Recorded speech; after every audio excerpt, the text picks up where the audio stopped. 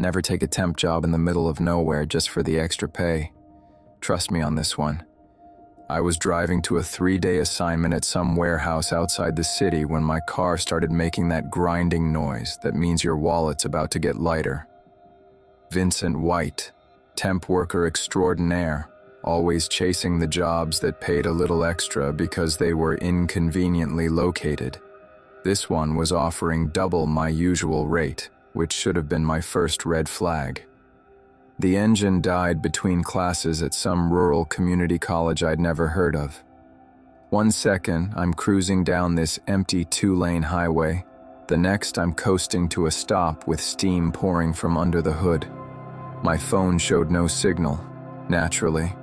Just me, my dead car, and miles of farmland in every direction. I popped the hood and pretended to know what I was looking at when I heard the first truck pull up behind me. A guy in coveralls got out, maybe 60 years old with grease-stained hands. "Car trouble?" he called out, walking over with the kind of smile that seemed too eager for a random Good Samaritan. "Engine just died," I said. No warning. "Name's Adam. Let me take a look." He peered under the hood, making those knowing sounds mechanics make. "Yep. Your radiator hose blew. Lucky thing I came along." Before I could respond, another vehicle pulled up. Then another. Within 10 minutes, I had 4 locals standing around my car like it was some kind of community event. They all seemed to know each other, exchanging nods, making jokes about another city boy with car trouble. "Happens all the time on this stretch," said one of them, a younger guy in a baseball cap. Something about the elevation change. Hard on engines that aren't used to it. That made no sense. The road was flat as a pancake. "Good thing Oliver here owns the garage in town," Adam said, pointing to the guy in coveralls. "He can tow you in, get you fixed up." "How far is town?" I asked. "About 15 miles, Oliver said. "But don't worry, we'll take care of you. Always help out travelers." The way he said "always" bothered me, like they'd done this before, a lot. "I can probably get a signal if I walk up the road a bit," I said. "Call AAA." "Cell tower's been down for maintenance," the baseball cap guy said quickly. "Has been all week." I looked at my phone again. Still no signal, but the way they all watched me check it made my skin crawl. "Tell you what," Adam said. "Douglas here can give you a ride to town while we tow your car, get you situated at the motel, bring you back tomorrow when Oliver's got the parts." Douglas, apparently the guy in the baseball cap, nodded enthusiastically. "No problem at all. We look out for each other around here." They were being too helpful, too organized. I'd been doing temp work for 5 years, broken down in plenty of random places, and never had this many locals appear this fast with this many solutions. "Actually," I said, "I should probably stay with the car. Insurance stuff, you know?" "Insurance don't care about that," Oliver said. "We'll take real good care of your vehicle." While they talked, I noticed Douglas had moved closer to my driver's side door. Adam was positioned near the front of my car. The other two had spread out in a loose circle around me. It wasn't obvious, but they'd effectively blocked my easy exit routes. "You know what?" I said, checking my wallet like I was worried about cash. "That sounds great. Let me just grab my overnight bag." I opened my trunk and pretended to dig around for luggage while actually palming my car keys. They were all watching me, and when I glanced back, Oliver was looking inside my car through the passenger window. "Got everything?" Adam asked. "Almost." "You guys are lifesavers." I walked around to the driver's side. "Just need to grab my phone charger." I got in the car like I was reaching for something, then turned the key. The engine turned over once, twice, then caught. It ran rough, but it ran. Oliver lunged for my door handle, but I was already in reverse. "Hey now, you shouldn't drive that. You'll seize the engine." "I'll risk it." Douglas stepped into the road to block my path, but I'd already started my three-point turn. In my mirrors, I saw them scrambling toward their vehicles as I headed back toward the main highway. My car shuddered and wheezed for about 10 miles before the engine finally died completely. But by then I was close enough to civilization to get a real cell signal and call for legitimate help. The tow truck driver who picked me up had never heard of any garage in that area. When I mentioned the incident to my assignment supervisor the next day, his face went pale. "2 other temp workers have gone missing on that exact stretch of road," he said. "Both in the past year. Police found their cars eventually, but never the drivers." I finished that job, but I stopped taking assignments that required driving through the middle of nowhere. Some extra money isn't worth finding out what those guys really had planned for their overnight guests.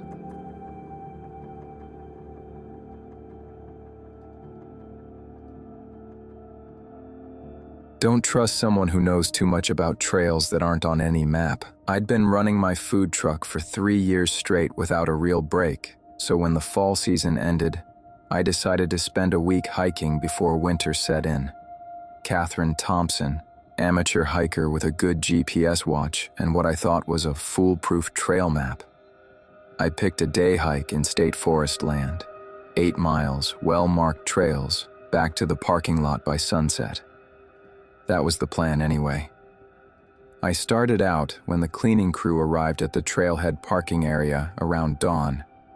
The first few miles were exactly what the guidebook promised: clear trail markers, steady elevation gain, beautiful views.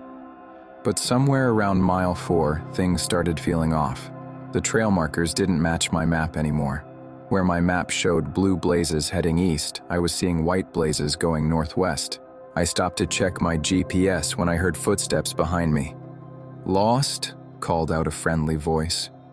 I turned to see a guy about my age in expensive hiking gear, the kind of boots and pack that cost more than I made in a good week with the truck. He had that confident, outdoorsy look that suggested he knew these woods better than the people who made the maps. "I think I missed a turn," I said. "These trail markers don't match what I have." "Oh, you've got the old map," he said, walking over with a big smile. "I'm Nelson. The state updated the trail system last spring. Local hiking groups worked with the Forest Service to improve the routes. Better views, safer terrain." That made sense. Government agencies were always updating things without telling anyone. "The new route's actually much better," Nelson continued. "My family's been hiking these woods for 4 generations. My great-grandfather helped cut some of the original trails back in the 30s. He seemed genuine, and I was definitely lost." "Do you know how to get back to the main trail?" "Sure, but you're missing the best part if you go back now. The new route takes you up to Eagles Peak, absolutely spectacular view that wasn't accessible on the old trail system. Only adds about 2 miles and it's easier terrain." I checked my phone. No signal, but I had plenty of water and daylight. "Is it well marked? Follow me." I was heading that way anyway. We hiked together for the next hour, and Nelson knew everything about the area. He pointed out plants I'd never seen, told stories about his grandfather teaching him to track deer, explained how the geological formations had shaped the landscape. The trail was beautiful, but definitely not on my map. "How often do you hike out here?" I asked as we climbed steadily upward. "Every weekend," he said. "Been doing it since I was a kid. Most people stick to the main trails, but the real beauty is in these back areas." The deeper we went, the less maintained the trail became. What had started as a clear path was now just worn earth between trees, marked occasionally by scratches on bark that could have been trailblazes or just random damage. "Are you sure this is the official trail?" I asked. "Oh, the state doesn't maintain everything out here," Nelson said. "Local groups do most of the real work. We know these woods better than any government surveyor. I was starting to feel uneasy. We'd been hiking for over an hour in terrain that looked nothing like my map, following marks that didn't look like any official trail system I'd ever seen. My GPS isn't picking up any trails in this area, I said, checking my watch. GPS is unreliable out here, Nelson said quickly. Satellite coverage is spotty because of the terrain. That's why locals like me are so important for visitors. But my GPS was showing our exact location, just not any trails. According to the satellite view, we were in the middle of unmarked forest, miles from any official trail system. Nelson, I said, stopping, I think we need to head back. I'm not comfortable being this far off the marked trails. We're almost there, he said, not stopping. Eagles Peak is just another half mile. You'll kick yourself if you turn back now. But I was done. Something about his insistence, the way he kept walking even when I'd stopped, the fact that his family trails didn't exist on any official map, it all felt wrong. I'm heading back, I said firmly. Nelson's friendly demeanor disappeared. You can't. You'll get lost. These woods are tricky if you don't know them. I'll follow our tracks. The trail forks in 3 places between here and where we started. You'll never find the right path without me. I pulled out my phone and opened my social media app. The camera worked even without signal. Hey everyone, Catherine from Thompson's Kitchen Truck here. I'm hiking in Millbrook State Forest at these GPS coordinates. I read off my location. I started at the main trailhead this morning and I'm now following someone named Nelson who claims to know local trails that aren't on official maps. I turned the camera toward him. He immediately stepped back and raised his hand to block his face. What are you doing? He demanded. Documenting my hike. Say hi, Nelson. He turned and started walking back down the trail, fast. I kept recording as I followed him, narrating our route back to the main trail.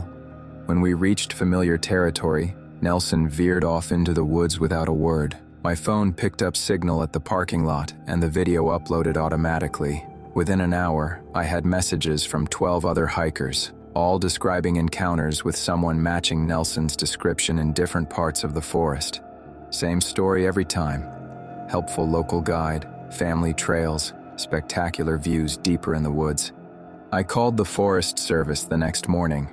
They'd been getting reports about someone approaching solo hikers with that exact routine, but nobody had captured evidence before.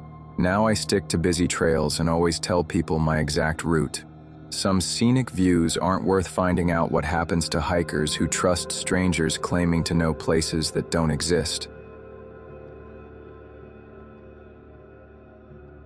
Never assume the person offering to help with your payment problem isn't the one who caused it. I'd been cutting corners on my route between client visits for months, driving through back roads late at night to save time. Hope Rodriguez, professional caregiver, always looking for ways to squeeze more appointments into my schedule because the pay was decent, but the drive time was killing my earnings. That Tuesday night, I was running between an elderly client in Millbrook and an overnight shift across town, taking my usual shortcut through the industrial area. My gas gauge was hovering near empty when I spotted the 24-hour station, one of those older places with fluorescent lights that made everything look sickly yellow. I pulled up to a pump after the security guard's rounds, around 2 a.m., grateful to find anywhere open. The card reader on the pump kept rejecting my credit card. I tried 3 different cards, all declined, even though I knew they were good. The screen kept flashing, payment error, see attendant. I walked into the station where a guy in his 40s sat behind bulletproof glass reading a magazine. Name tag said Oliver. Having trouble with the pump? He asked before I could speak. Cards won't work, says to see the attendant. Oh, that pump's been acting up all week, Oliver said, shaking his head. Sorry about that. System's been glitchy since the software update. He seemed apologetic enough, but how did he know which pump I'd been using? I hadn't mentioned a specific number, and there were 6 pumps outside. Can I pay inside? I asked. System's down for maintenance right now, he said. Should be back up in about 20 minutes. But hey, you look like you're in a hurry. Tell you what, pump your gas now, and you can swing by tomorrow to pay. We're pretty flexible with locals. I wasn't local, but I was definitely in a hurry. My next client was expecting me, and I was already running late. I appreciate that, I said, but I'd rather just pay now. Is there another station nearby? Not for about 15 miles, Oliver said. And everything else closes at midnight. Look, I get it. You don't know me, but we help each other out around here. You seem like good people. That's when I noticed the other customer. A guy in work clothes was standing by the coffee machine, but he wasn't getting coffee. He was watching our conversation. When I looked at him, he gave Oliver a small nod. "Douglas?" Oliver called out. "You know Hope here?" Douglas walked over with a friendly smile. "Yeah, I think I've seen you around the building. You work nights too, right?" I'd never seen this man before in my life. I didn't live in a building. I had a house 20 miles away. But he spoke like we were neighbors. "I think you have me confused with someone else," I said. "Oh, maybe," Douglas said, but he didn't look confused. "Well, Oliver's good for it. He's helped me out plenty of times when the card readers were acting up." The whole situation was making my skin crawl. These two clearly knew each other, and now they were both invested in getting me to pump gas without paying immediately. In my line of work, I'd learned to recognize when people were working together to manipulate someone. "You know what?" I said, pulling out my phone. "Let me just call my bank. Sometimes they put holds on cards for late-night purchases." "No signal out here," Oliver said quickly. "Tower maintenance." But my phone showed 3 bars. I held it up. "Looks fine to me." Oliver's expression shifted slightly. "Huh, must be working again." I pretended to dial while opening my voice memo app and hitting record. "Hi, this is Hope Rodriguez," I said loudly. "I'm at the gas station on Industrial Boulevard. The attendant, Oliver, and customer Douglas are offering to let me pump gas and pay tomorrow, but something feels wrong." Both men stepped back. Douglas started moving toward the door. "Can you stay on the line while I figure this out?" I continued to my fake call. "And can you use GPS to confirm my location? I want someone to know exactly where I am." "Look, you don't need to complicate this," Oliver said, his helpful tone evaporating. "My bank representative wants to talk to you about the technical problem," I said, holding out the phone. Oliver backed away from the counter. "I don't need to talk to any bank." "That's odd," I said, still recording. "He won't explain the system malfunction to my bank." Douglas left too.